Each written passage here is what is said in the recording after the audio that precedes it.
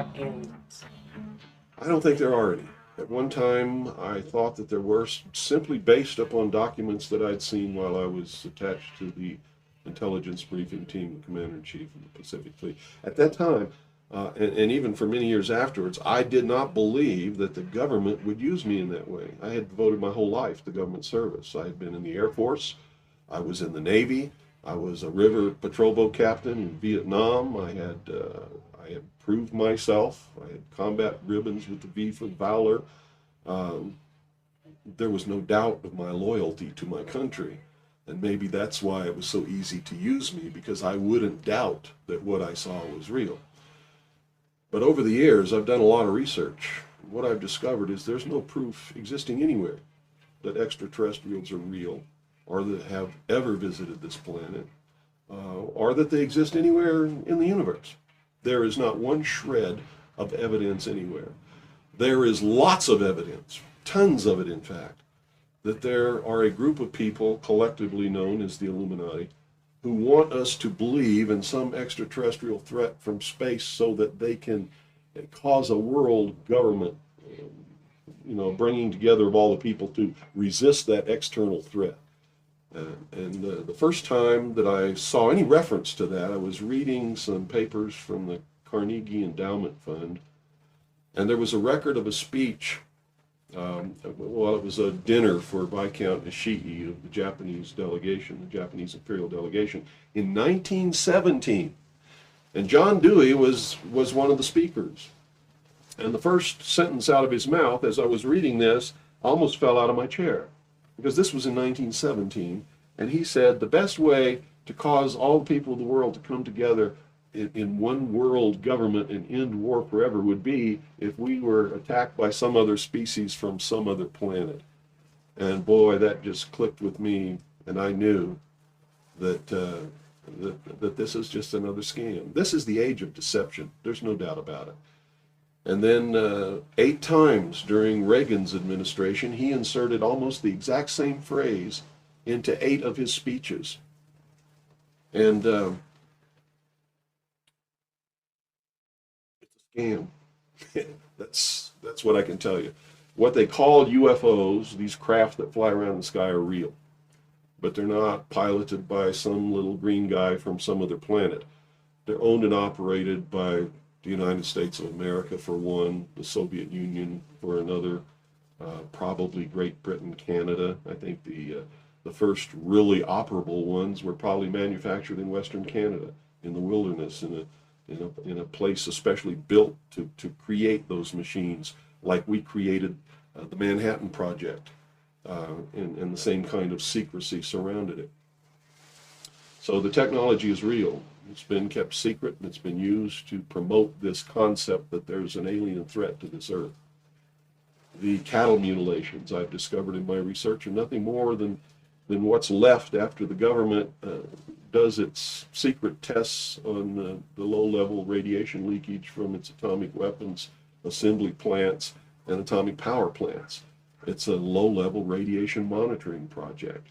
And if you look at what's missing in the cattle, you'll see that it's just as clear as day. They take the lips, they take the tongue, they take a 6-inch patch of skin, they core out the rectum, the colon area, where those kinds of things would collect. They pass through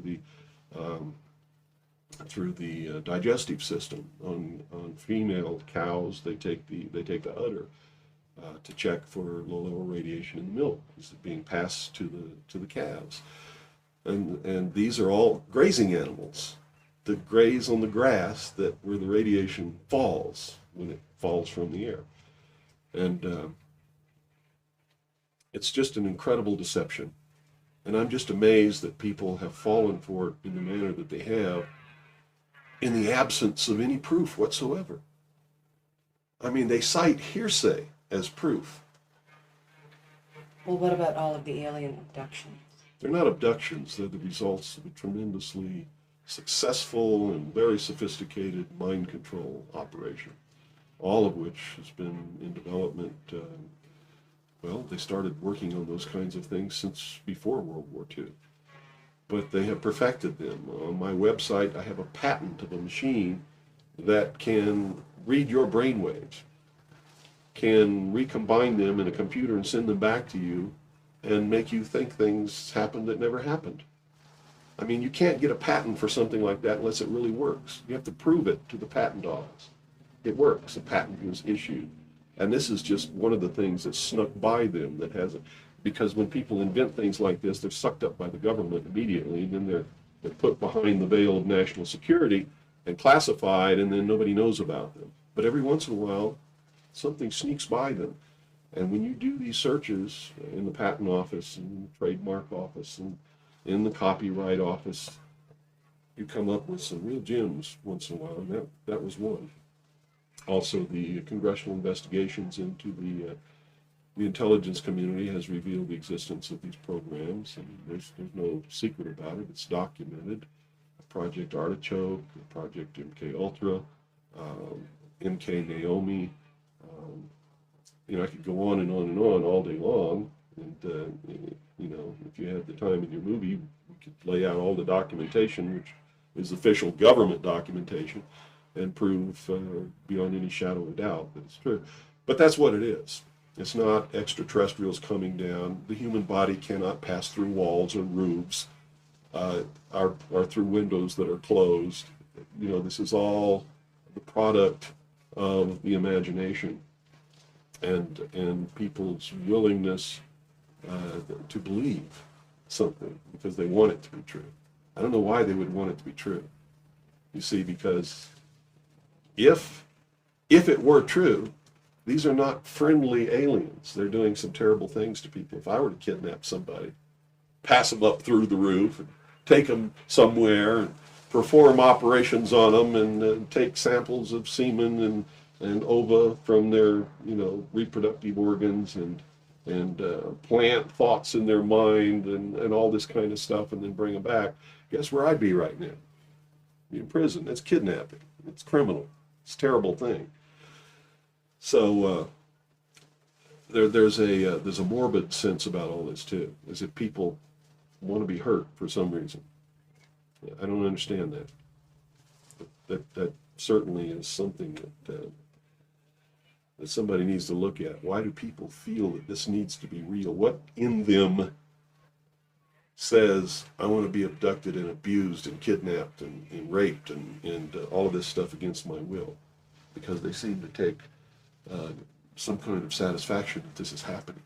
And nobody's talking about the fact that this is a terrible thing to happen. If I were to do that to you, you wouldn't be too happy, would you? But somehow it's okay if an alien does it? I don't think so. It's all bullshit. It's a lie. And that's... So where do you feel the hope for America lies? Oh, this is William Cooper, a man who received mainstream attention in 1994 when Rush Limbaugh read an alleged White House memo on the air calling him the most dangerous radio host in America. Maybe that's because his conspiracy classic is the underground bestseller, or perhaps it's because of the increasing popularity of his shortwave radio broadcast, which is also available on the internet. Good evening. You're listening to the Hour of the Time. I'm still William Cooper. This was not an easy interview to net. He was the first person I asked, and after 8,000 miles and 6.5 weeks on the road, just about the last to agree. I guess he wanted to make sure I was serious. Nevertheless, I had to come alone, and I was required to follow clear rules of conduct. Well, at this point, I've done so much research on this. I have to tell you, there's only one way this is going. There's going to be a civil war in this country. And I hope the outcome of the war will be the reinstatement of constitutional Republican government. But whenever you have a war like that, you're going to have competing factions to be the winner. And whoever really has the power in the end is going to institute whatever kind of government they feel should be there. There are people in this country who believe that a religious theology or theocracy should prevail. Well, if that happened, we'd have burnings at the stake again, and inquisitions, and heretics, and all of these kinds of things. So that can't be allowed to happen. Can't be. Doesn't matter what my religion is. It can't be allowed to happen. There are people who want a socialist government, much like the one in Sweden. There are people who want to create in the United States what the Soviet Union had hoped to be.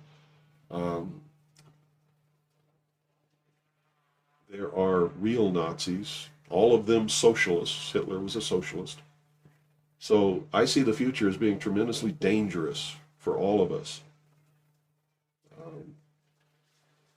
Me and many others like me are going to perform a valiant attempt to reinstate, restore legitimate, lawful, constitutional Republican government.